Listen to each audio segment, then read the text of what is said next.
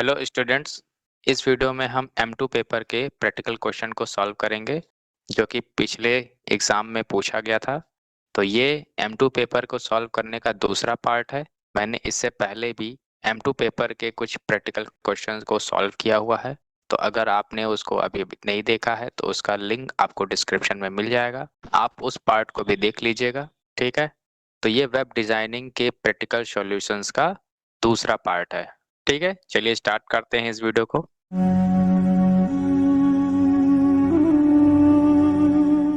तो आज के इस वीडियो में मैं आपको ये क्वेश्चन सॉल्व करके दिखाऊंगा। इसमें आपको एक HTML पेज बनाना है जिसमें दो वैल्यूज इनपुट कराया जाएगा यूजर से। उनके नाम है A और B और उनका रिजल्ट आपको निम्न कैलकुलेटर में दर्शाना है। यानी आपको एक कैलकुलेटर बनाना है जिसका लेआउट कुछ इस तरह होना चाहिए और इसमें आपको दोनों नंबर्स को ऐड करके इस बॉक्स में दिखाना है। दोनों नंबर को मल्टीप्लाई करके उसका रिजल्ट आपको इस बॉक्स में दिखाना है।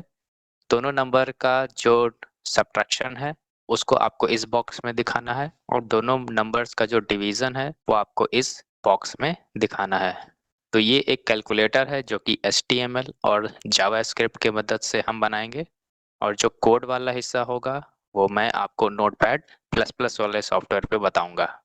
ठीक है, तो सबसे पहले हम उस सॉफ्टवेयर को ओपन कर लेते हैं।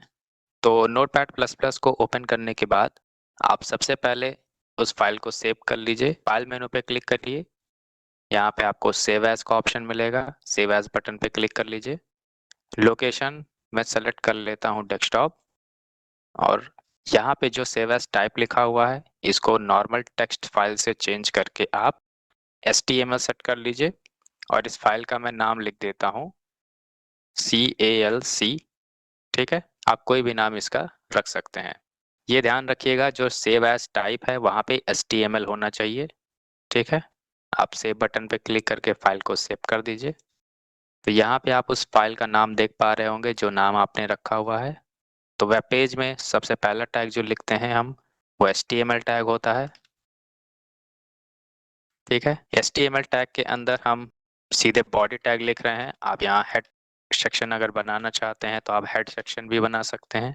मैं यहाँ पे सीधे बॉडी टैग लिख दे रहा हूँ। बॉडी टैग के अंदर आप लेआउट को एक बार फिर से देख लीजिए। यहाँ पर आपको A+B दिखाना है, फिर यहाँ पे एक इनपुट बॉक्स चाहिए, फिर यहाँ A×B दिखाना है, फिर आपको एक इनपुट बॉक्स दिखाना है। तो यहाँ पे मैं लिख देता हूँ A+B, फिर यहाँ पे बराबर के बाद में एक इनपुट बॉक्स। तो इनपुट बॉक्स के लिए हम इनपुट टैग लगाते हैं। इनपुट टैग का आप टाइप सेट कर दीजिए टेक्स्ट। ठीक है, फिर इसका साइज थोड़ा छोटा कर दीजिए। जो चौड़ाई है उस इनपुट बॉक्स की वो आप थोड़ा छोटा कर दीजिए। आप यहाँ वैल्यू लिख दीजिए 4। मैं इसका आउटपुट आपको दिखाना चाहता हूँ। व्यू मेनू पे क्लिक करिए, यहाँ पे ऑप्शन मिलेगा व्यू करंट फाइल इन।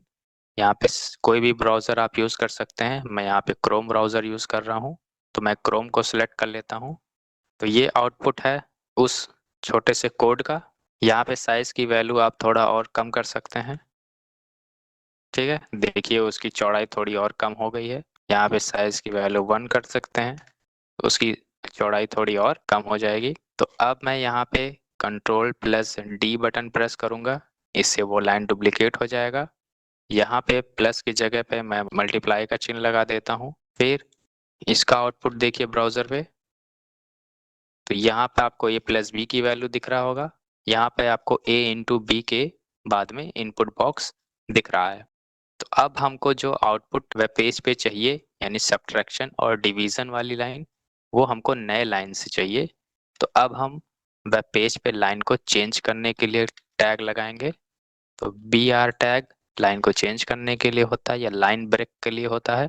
फिर यहाँ पे आप इसी लाइन को कॉपी पेस्ट कर लीजिए।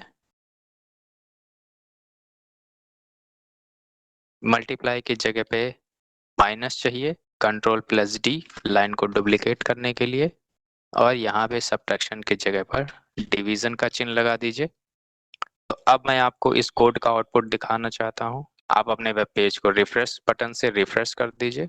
तो ये आपका आउटपुट है जो आपने कोड अभी लिखा हुआ है। अब हम क्या करते हैं, सभी इनपुट बॉक्स को एक ID दे देते हैं। तो ये सम को दिखाने के लिए इनपुट बॉक्स है, तो इसका आईडी भी हम रख देते हैं सम। फिर मल्टीप्लिकेशन दिखाने के लिए इनपुट बॉक्स जो बनाया गया है उसकी आईडी का नाम मैं रख देता हूँ MUL, मल्टीप्लाई का शॉर्ट। माइनस करने के लिए जो इनपुट बॉक्स है उसकी आईडी में रख देता हूँ सब्ट्रैक्ट का शॉर्ट SUB।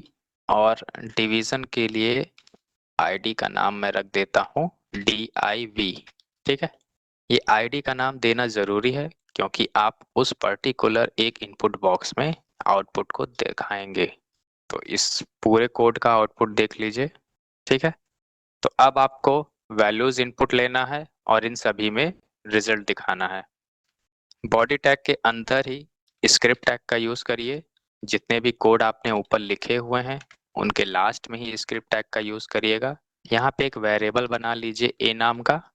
ठीक है, और इसमें जो वैल्यू इनपुट होगा वो हम यूजर से कराना चाहते हैं, इसलिए प्रॉम्प्ट फंक्शन हम यूज करेंगे। प्रॉम्प्ट फंक्शन का काम है यूजर से इनपुट लेना, तो यूजर से इनपुट लेने के लिए हम प्रॉम्प्ट फंक्शन यूज कर रहे हैं और इसके अंदर एक मैसेज लिख देते हैं इंटर ए। कंट्रोल के साथ D बटन प्रेस करिए, लाइन डुप्लीकेट हो जाएगा, A की जगह पर B लिख दीजिए और वेरिएबल का नाम स्मॉल a से चेंज करके स्मॉल b कर दीजिए। ठीक है, तो ये पहली वाली लाइन का जो आउटपुट होगा उसमें आपको एक प्रॉम्प्ट बॉक्स दिखाई देगा जिसमें यूजर को एक मैसेज दिखाई देगा इंटर a, और जो भी वैल्यू यूजर उस प्रॉम्प्ट बॉक्स में इनपुट करेगा वो वैल्यू इस छोटे a नाम के वेरिएबल में सेव हो जाएगा।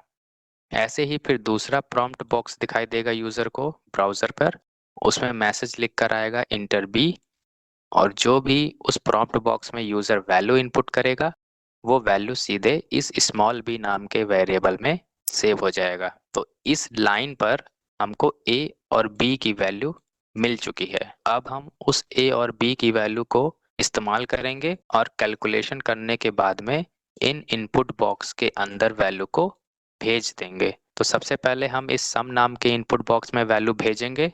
तो हम यहाँ पे उस इनपुट बॉक्स को पहले सेलेक्ट करेंगे। तो इनपुट बॉक्स को सेलेक्ट करने के लिए डॉक्यूमेंट ऑब्जेक्ट का नाम लिखिए। डॉक्यूमेंट ऑब्जेक्ट उस पूरे वेब पेज में किसी भी एलिमेंट को ढूंढने के लिए होता है और उस एलिमेंट को सेलेक्ट करने के लिए एक फंक्शन होता है गेट एलिमेंट बाय आईडी। ये आईडी के नाम से किसी एलिमेंट को सेलेक्ट करता है और आईडी का जो नाम है वो इस डबल कोट्स के अंदर लिख दीजिए सम। तो जिस भी एलिमेंट की आईडी सम नाम से होगी उस एलिमेंट को ये सेलेक्ट कर लेगा और उस एलिमेंट की वैल्यू बराबर हो जाएगी a प्लस b के वैल्यू के, यानी उस एलिमेंट के अंदर की वैल्यू a और b के टोटल के बराबर होगी। तो अब हम इसका आउटपुट स्क्रीन पे देखते हैं। View menu, current file in Chrome. यहाँ पर आप प्रॉम्प्ट बॉक्स देख पा रहे होंगे, इसमें मैसेज लिख के आ रहा है इंटर ए। यहाँ पे कोई भी वैल्यू इनपुट कर दीजिए, हमने यहाँ लिखा 56। ओके पे क्लिक करिए। फिर यहाँ पे दूसरा वाला प्रॉम्प्ट बॉक्स का आउटपुट आप देख पा रहे होंगे, इसमें मैसेज लिख के आ रहा है इंटर बी और इसमें वैल्यू लिख देते हैं 65। आप ओके पे क्लिक करिए। तो यहाँ पे आप देख पा रहे होंगे 56 और 65 दोनों अगल बगल में लिखे हुए हैं। इसका मतलब ये हुआ कि ये नंबर्स की तरह नहीं, टेक्स्ट की तरह जुड़े हुए हैं। टेक्स्ट में नंबर्स ऐसे ही जुड़ते हैं, वो बगल में ही लिख जाते हैं। जैसे 1+1 लिखेंगे तो वो 2 नहीं होगा, वो 1 यानी 11 की तरह दिखाई देगा। तो यहाँ पे जो प्रॉम्प्ट फंक्शन से वैल्यू आ रहा है वो टेक्स्ट के फॉर्मेट में आ रहा है, तो हम उस टेक्स्ट के फॉर्मेट को चेंज करेंगे नंबर के फॉर्मेट में। तो हम यहाँ नंबर फंक्शन का इस्तेमाल करेंगे और जो स्मॉल a की वैल्यू है वो नंबर में चेंज कर देंगे।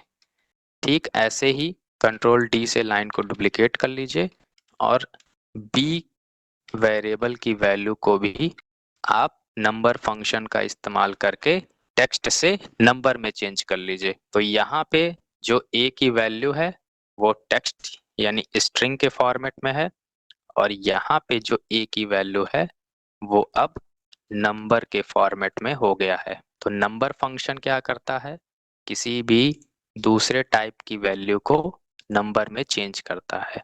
तो अब जो a की वैल्यू यहाँ पे है वो नंबर में है और यहाँ पे जो b की वैल्यू है वो नंबर में है, तो यहाँ पे जो a और b की वैल्यू जुड़ेगी वो नंबर की तरह जुड़ेगा। अब हम इस पूरे कोड का आउटपुट देखते हैं ब्राउजर पर।